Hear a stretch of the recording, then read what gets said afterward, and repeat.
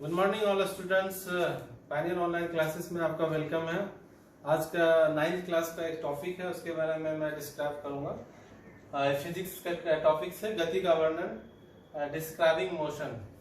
ये मोशन को पढ़ने से पहले सबसे पहले हम जानेंगे कि गति और विराम क्या होती है और निर्देश बिंदु, ये 3 बिंदुओं पर हम फोकस डालेंगे, उसके बारे में हम चर्चा करेंगे। तो चलिए सबसे पहले हम जानते हैं कि विराम क्या होती है। उसके बाद सेकेंड टॉपिक हम लोग चर्चा करेंगे गति के बारे में, और तीसरा हम लोग निर्देश बिंदु। तो गति और विराम पढ़ने से पहले हमको सबसे पहले फोकस डालना होगा निर्देश बिंदु। ये निर्देश बिंदु क्या होता है, ठीक है। निर्देश बिंदु को हम लोग मूल बिंदु भी बोलते हैं, ठीक है। ओरिजिन पॉइंट, जस्ट इसको हम लोग इंग्लिश में बोल सकते हैं। निर्देश बिंदु को रेफरेंस पॉइंट भी बोल सकते हैं। ये निर्देश बिंदु होती क्या है? तो निर्देश बिंदु जिस बिंदु के सापेक्ष किसी भी वस्तु की स्थिति का पता लगाया जाता है, उस एग्जैक्ट पॉइंट को हम लोग निर्देश बिंदु कहते हैं, ठीक है। निर्देश बिंदु को समझने के लिए हम लोग कोऑर्डिनेट ज्योमेट्री का इस्तेमाल करते हैं। कार्तीय अक्ष, चलिए एक्सिस लेते हैं हम लोग। ये एक्स डैश हो गया, वाई डैश, ये 0 पॉइंट्स हो गया। ये जो कोऑर्डिनेट ज्योमेट्री है, अब ये जो पॉइंट्स है इसमें आप देख पा रहे हैं कार्टेशियन एक्सिस में, इस पॉइंट्स को हम लोग बोलते हैं निर्देश बिंदु। इसको हम लोग बोलते हैं निर्देश बिंदु।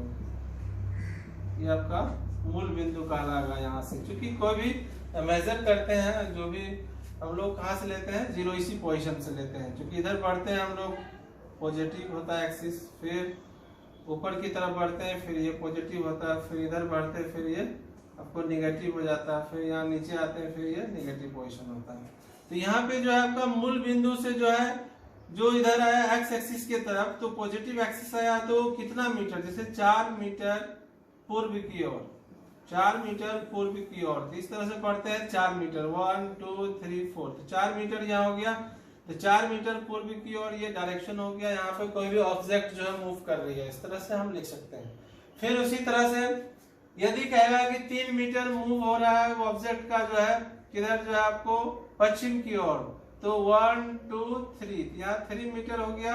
ये कोई वस्तु मूव कर रही है किधर, पश्चिम की ओर जो है 3 मीटर। तो इस तरह से डायरेक्शन जो है यहाँ कहाँ से लिया गया, इस रेफरेंस पॉइंट इसका क्या हो गया, 0 हो गया यहाँ पर। ये एक्सिस में जो है आपका कार्टेशियन एक्सिस के अनुसार इस तरह से हुआ। तो निर्देश बिंदु अपने व्यवहारिक जीवन में आप देख सकते हैं, बहुत सारे उदाहरण है कि जैसे आप 0 माइल है तो वहां का एक निर्देश बिंदु हो गया मूल बिंदु। वहां से जो भी बस वगैरह जितनी भी व्हीकल्स गाड़ियां जाएगी, तो वहां से आपका स्टार्टिंग पॉइंट हो जाएगा 1 2 3 किलोमीटर, इस तरह से। जैसे रेफरेंस पॉइंट है आपका, जैसे घर है तो आपके हाई स्कूल से किस डायरेक्शन में है, तो आप बताएंगे किसी को हाई स्कूल से 2 किलोमीटर पूर्व की ओर मेरा घर पड़ता है। तो इस तरह से आपका जो रेफरेंस पॉइंट घर का कौन हो गया, हाई स्कूल हो गया। उसी तरह से जो भी कोचिंग का रेफरेंस पॉइंट क्या हो गया, पायनियर कोचिंग का रेफरेंस पॉइंट, तो एलएससी ऑफिस के नजदीक, तो एलएससी ऑफिस के कैंपस में आपका जो है पायनियर कोचिंग सेंटर, इस तरह से आपका रेफरेंस पॉइंट हो गया एलएससी ऑफिस जो है। इस तरह से आप रेफरेंस पॉइंट दर्शा सकते हैं। चलिए विराम समझते हैं। जब किसी ऑब्जेक्ट में समय के साथ उसकी स्थिति में परिवर्तन नहीं हो रहा हो, तो उसको हम लोग विराम में कहते हैं। जस्ट विराम में कोई भी, जैसे ये डस्टर आपके क्लास में है, डस्टर को हम रख देंगे, ठीक है। तो ये डस्टर को रख दिए, जस्ट ये एट रेस्ट पोजीशन में, विराम में, इसकी स्थिति में समय के साथ कोई चेंजिंग नहीं हो रहा। बेंच रखा हुआ है, पंखा लटका हुआ है आपके क्लास में, ठीक है। ये बोर्ड जो है, जस्ट उदाहरण देख रहे हैं, ये ब्लैक जो बोर्ड है आपका जो है, व्हाइट बोर्ड है, तो ये आपका जो है ये सिचुएटेड है, तो इसमें कोई समय के साथ चेंजिंग नहीं हो रहा है, तो विराम पोजीशन में, एट रेस्ट पोजीशन में। इस तरह से ये विराम समझ सकते हैं। अब गति, इसको मोशन कहते हैं। जब किसी भी ऑब्जेक्ट में समय के साथ उसकी स्थिति में चेंजिंग हो रहा हो, तो उसको हम लोग गति में कहते हैं, उसको हम लोग मोशन में कहते हैं। जैसे आप कार ड्राइव कर रहे, कार आपने स्टार्ट किया 10:05:04 में, तो वो कार आपका कुछ समय में क्या होती है, आप आगे की ओर चले जाते हैं, आप बस स्टैंड चले जाते हैं, मार्केट चले जाते हैं 5 मिनट 10 मिनट में। तो आपका क्या हो रहा है,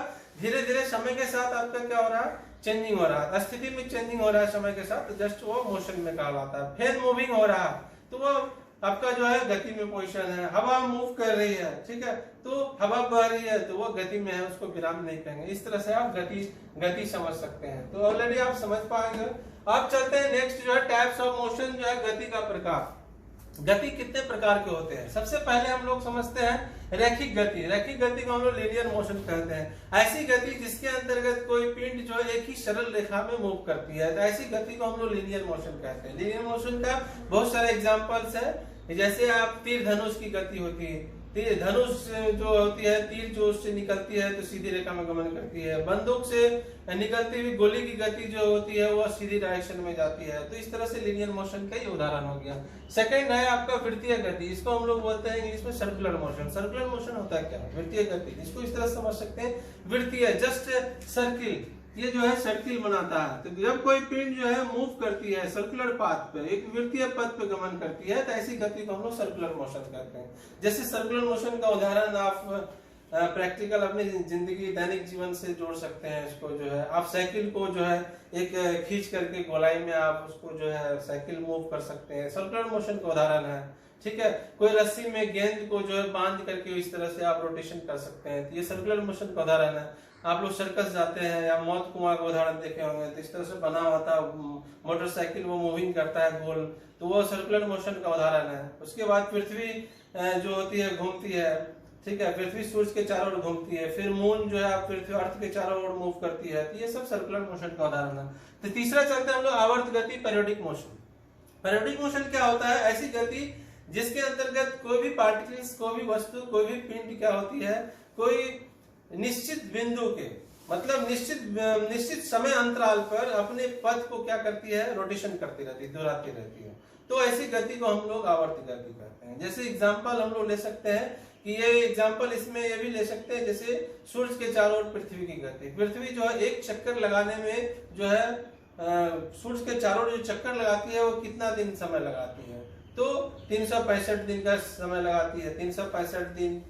तो ये हो गया आपका आवर्त गति का उदाहरण है। उसके बाद चलते हैं आप लोग दोलन गति। दोलन गति क्या हुआ? ऐसी गति जिसके अंतर्गत कोई पिंड क्या होता है कि कोई एक निश्चित बिंदु के अक्ष के इर्द गिर्द गमन करती है, मतलब बाएं या दाएं गमन करती है। जैसे इसका बेस्ट एग्जांपल ले सकते हैं घड़ी का। आपके घर में घड़ी होगा तो घड़ी का दोलन आप जो है जस्ट एग्जांपल दे सकते हैं कि घड़ी में जो होती है कि नीचे में दोलित करता हुआ एक पार्टिकल लटका हुआ होता है, बैलन टाइप का, और इसमें जो होता है वो दोलन करता है लेफ्ट और राइट। इस टाइप का एग्जांपल आप दे सकते हैं दोलन गति का, ऑसिलेटरी मोशन का, ठीक है।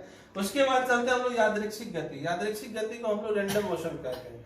रैंडम मोशन क्या हुआ कि ऐसी गति जिसके अंतर्गत कोई पिंड क्या होता है कि भिन्न भिन्न दिशाओं में गमन करती है, उसका कोई एक निश्चित पथ नहीं होता, डिफरेंट डायरेक्शन में जब गति होती है, मोशन होती है, तो उसको हम लोग यादृच्छिक गति कहते हैं। जस्ट एग्जांपल बहुत सारा है, जैसे फुटबॉल मैदान में फुटबॉल के खिलाड़ी की गति, उसका कोई डायरेक्शन फिक्स नहीं होता। मच्छर की गति आपके घर में होगा, मक्खी की गति है ये, जस्ट इसका कोई डायरेक्शन फिक्स नहीं होता है, जस्ट रैंडम मोशन है, इसको हम लोग यादृच्छिक गति कहते हैं। इस तरह से आप टाइप्स ऑफ मोशन इसको पढ़ सकते हैं, और गति का और विराम जो है। नेक्स्ट हम पीरियड में नेक्स्ट टॉपिक के बारे में चर्चा करेंगे, दूरी और विस्थापन के बारे में चर्चा करेंगे, और चाल और वेग के बारे में बताएंगे। तो मुझे लग रहा है आप आसानी से इसको समझ गए होंगे। तो ये जो है आप जो भी ये जो पायनियर ऑनलाइन क्लासेस का जो चैनल है आप उसको सब्सक्राइब कर देंगे और बेल आइकॉन बटन दबा देंगे और इसको लाइक भी कर देंगे, ताकि इस तरह का वीडियो आपको मिलता रहेगा, और इस तरह से आप स्टडी कर लेंगे। और कमेंट्स में मुझे जरूर लिखेंगे। आप कमेंट्स करते हैं तो मेरा मनोबल बढ़ता है और इस तरह के वीडियो बनाने में भी अच्छा लगता है। आप कमेंट्स जरूर करेंगे। Okay, thank you.